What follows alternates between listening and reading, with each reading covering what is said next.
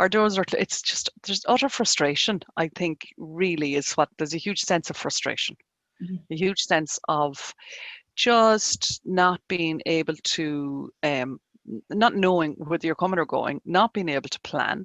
Then when you do finally plan, and then you get in a little bit of momentum and you get, yeah, great. And then, no, you're not doing that. You know, like we would usually have about 120 to 130 events of actually people in the building at something between March and December. And this year we've had My four goodness. events where we've had an audience in either watching a film or watching a performance on stage. Um, you know, like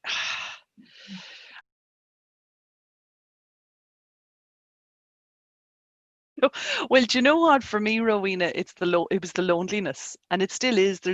I have to say, April and May was just horrendous. There was a set on stage that was empty, in an empty auditorium. I came in here on my own. There was no staff in here. There was nothing happening, and but yet there was a mountain of work and to be done by way of, we had about 1,100 tickets that had been sold for a number of events. There had been there was all that work to deal with rescheduling or refunding or cancelling, and then all of this, you know. And I suppose the first thing in April, things got moved into July, and then it was realised, well, actually, you know what, it's not going to work in July either. So then, you know, people started scheduling things for October, and now that's not happening. So for 2021, the plan is that we're looking at a hybrid of live or and online events, um, and you know, if there is an event that we are preparing, well, like I'm thinking even for scripts, for example, in July, where I'm just literally after doing the funding application for that, so that's fresh in my mind. But definitely we will be looking at planning a live event and live activities, but always have a backup plan of, right, well, if we get a lockdown, if we go into a different level, because we need level 2, and that, you know, to have 50 people level 2. So, but you know, what bothers me about that is we have the most beautiful exhibition hanging in the foyer, and those doors are closed, and our footfall is that not that massive. Our footfall might be 1 or 2 people an hour, you know, as people pass by, or, you know, there's never, even like in, you'd never have loads of people in to see the exhibition at the one time. There's like a steady footfall throughout a day, or throughout the week, you know. Um, so at one stage, I think, was it in July, there was talk about the levels and the numbers of, I can't even remember what that was. There was a thing in relation to the number of people you were allowed in the building at any one time, you know, and there was the different levels. I think there was a difference between 50 and 100 or something, depending on the level that you were at. But at that stage, we didn't even have 50 people in throughout the whole week. Whereas, you know, literally across the whole week, we didn't, between the footfaller coming into the exhibition, or maybe whatever class, or there could have been a yoga class on or something like that. But yet restaurants and cafes were turning that over in an afternoon. And really, I struggle with the logic of having our front doors closed. I can completely understand not having 50 people come in and sit for an hour and a half to watch something. But certainly to be able to come in to see the exhibition, there makes no sense not to be able to do that.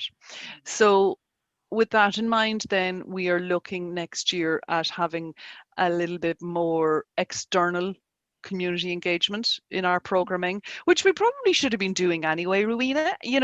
Only I find certainly we were on this hamster wheel of like, okay, you do it, do it, do it, do it.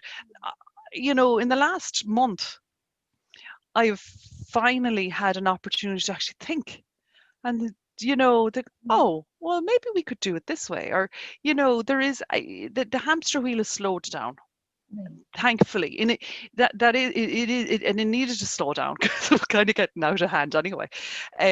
So I think I hope, and we're going to use this opportunity positively to recalibrate and rethink and just examine, okay, what do we do? How can we do it differently? So we can't have our audience coming in the door. So how do we get out to our audience? So, but different community engagement projects over the next 12 months. That's the way we're going to do it, and to create a presence and people just still be aware that we are here. But I certainly do look forward to being able to have full houses again, and Mhm. see an audience in, because just the enjoyment everybody gets when they come to an event, and I think people need that as well. They need that escape away from the crazy.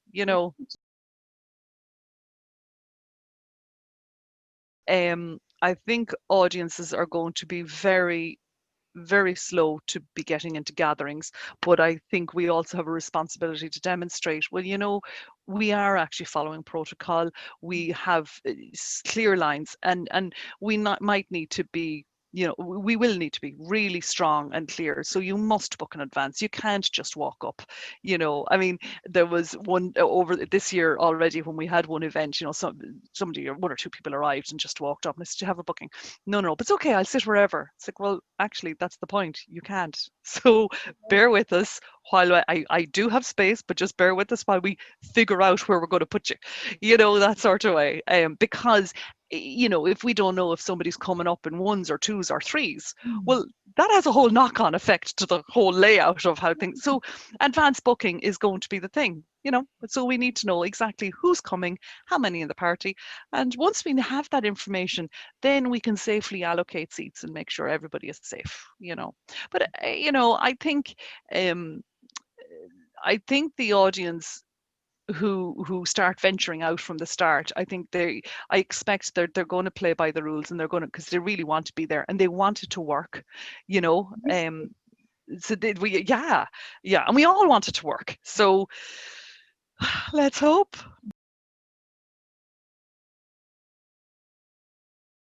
I think this providing free arts online is to stop. That's not acceptable. And I'm, so pay-per-view, and that's the way it's going to work, because we all can't be working for free. No, Artists can't work for free. The venue can't work for free. We have to generate income. So that's the only way we can do it, and that you wouldn't be know. expected of any other profession, would it? No, And it's continuing absolutely as a not. way that it's seen as acceptable, and it's really isn't. Yeah, it is. It is seen as acceptable. And, but I also think the artists might be a victim of, or they might be, they're not a victim, they might be a catalyst to that as well, because for their own solace, they want to perform. Mm. So they will do it for free instead of not do it at all. Yeah, So, absolutely. and I can completely understand that, just do it anyway.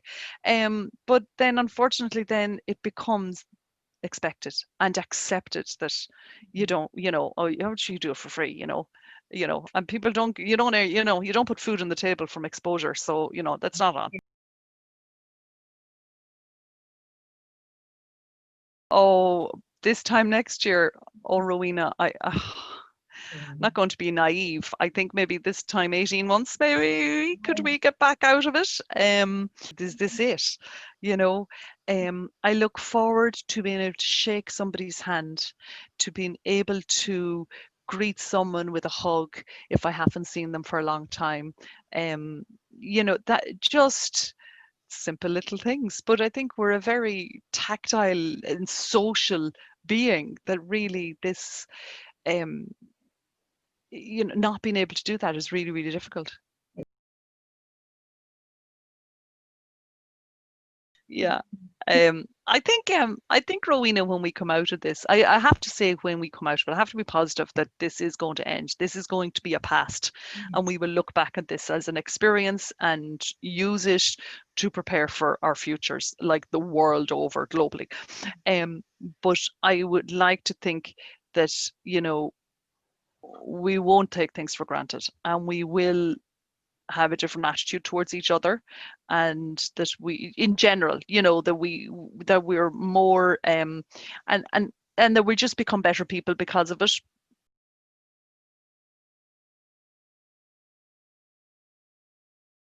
You know what, with all the festivals, the funny thing is, so the first festival to be hit was a Birr Festival of Music that was to happen over the Maybank holiday weekend.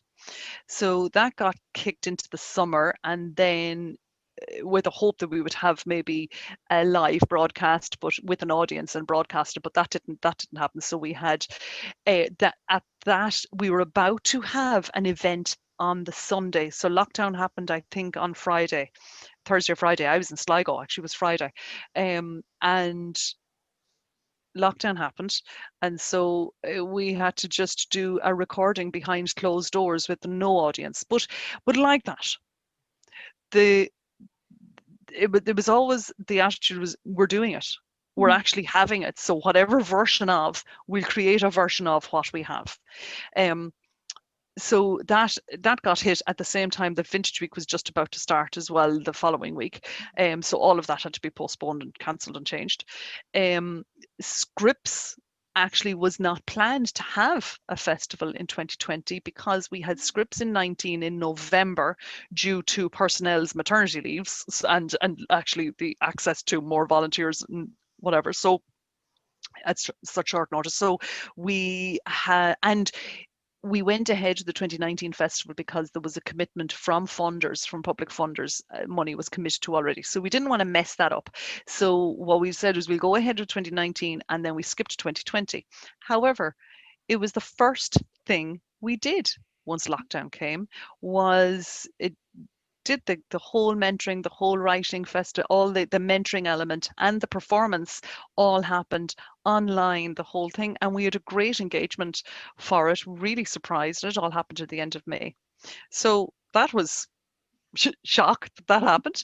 Then with offline and hullabaloo, the level 3 lockdown was announced the day before offline was to start. Oh my God. You know, you want a lockdown, we'll organize a festival and you're guaranteed you'll have one. Um, so it was to happen then. So we spent the day before moving offline from a hybrid of on in the room and streaming to a everything streaming. And at the same time, we were about to go print. I think we were nearly at print and at design. We were finalizing the program for Hullabaloo for a live program. So that all had to stop, right? Move everything online. So it's just kind of crazy. It really was crazy. Look at all we can do is keep going. There will be light. It's kind of that tiny at the minute, but eventually it'll be bigger and we'll see it. And we will, I have to believe we're going to come out the other end of this. That is the only thing probably that's keeping me going.